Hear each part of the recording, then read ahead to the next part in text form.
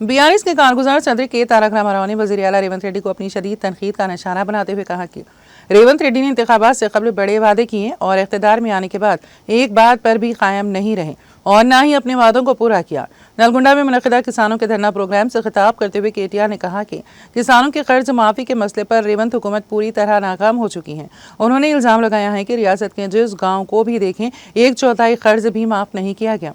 उन्होंने कहा कि कांग्रेस के वादों पर अब ग्रामा सभाओं में अवाम की जानिब से एहतजाज और इस्तिफसार किया जा रहा है, लेकिन हुक्मरानों के पास इसका कोई जवाब नहीं है।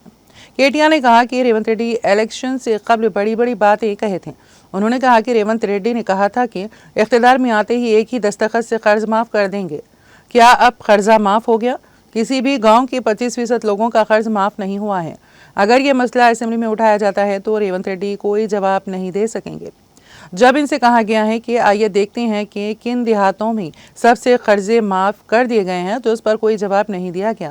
केटीआर ने कहा कि रेवंत रेड्डी ने इख्तिदार में आते ही तमाम बुनकरों को बुलाया और कर्ज माफ़ करने की बात की। बुनकरों ने कहा कि कर्ज माफ़ी के लिए 45,500 करोड़ रुपए की ज़रूरत है। रेवंत रेड्डी ने एक हफ्ते के बाद रेवंत रेड्डी ने बात करते हुए कहा कि 40,000 करोड़ रुपए काफ़ी है। फिर उन्होंने कहा कि माहाना 31,000 करोड़ रुपए काफ़ी होंगे।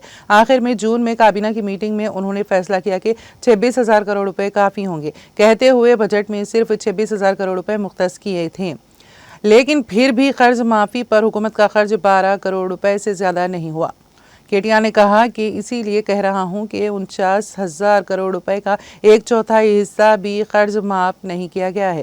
काबिल अज़ीम साबिक़ वज़ीर जगदीश रेड्डी ने केटीआर की आमद पर उनका शानदार इस्तकबाल किया। వస్తుంటే మా చిరుమర్తి లింగయ్య గారు పెద్ద కాపర్తి లాపిండు. లింగయ్య గారు ఆపి అన్న జెండా ఎగిరేసి పో అన్నాడు. జెండా ఎగిరేసి కాడికి పోయిన నేను పోతే అక్కడ ఒక రైతన్న వచ్చినాడు. వచ్చి అన్న ఒక మాట అక్కడ చెప్పు నల్లగొండలా అన్నాడు.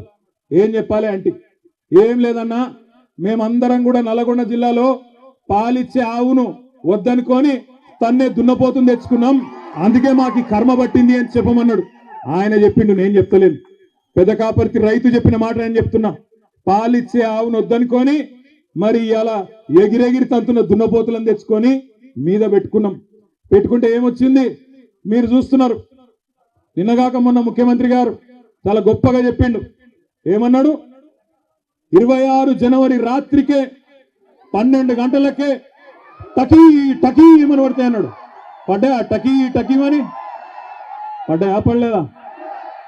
12 సార్లు కదా కేసీఆర్ ఇచ్చింది. యాసంగికి వానకాలానికి లెక్క పెట్టుకుంటూ పోతే 6 ఏళ్లు నిరాటంకంగా మీరు అడగాల్సిన అవసరం లేకుండా ఎన్నికల్లో మీ ఓట్ల కోసం జూటా మాట చెప్పకుండా కేసీఆర్ గారు ఆనాడు రైతుల మీద ఉన్న ప్రేమతో ఒకవైపు రుణమాఫీ చేయంగానే ఇక ఈ పైసలు ఖచ్చితంగా మళ్ళీ రైతులకు వేయాలని చెప్పి ఆనాడు 2017 సంవత్సరంలో భారతదేశంలోనే మొట్టమొదటిసారిగా స్వాతంత్రం వచ్చిన తర్వాత రైతు బంధు పథకం పెట్టిండు. ఆ ఒక్క రైతు బంధు పథకంలోనే కేసీఆర్ గారి ప్రభుత్వం మీ ఖాతాల్లో వేసింది 73,000 కోట్ల రూపాయలు 11 విడతలుగా అనే మాట నేను మీకు గుర్తు చేస్తా ఉన్నా. 70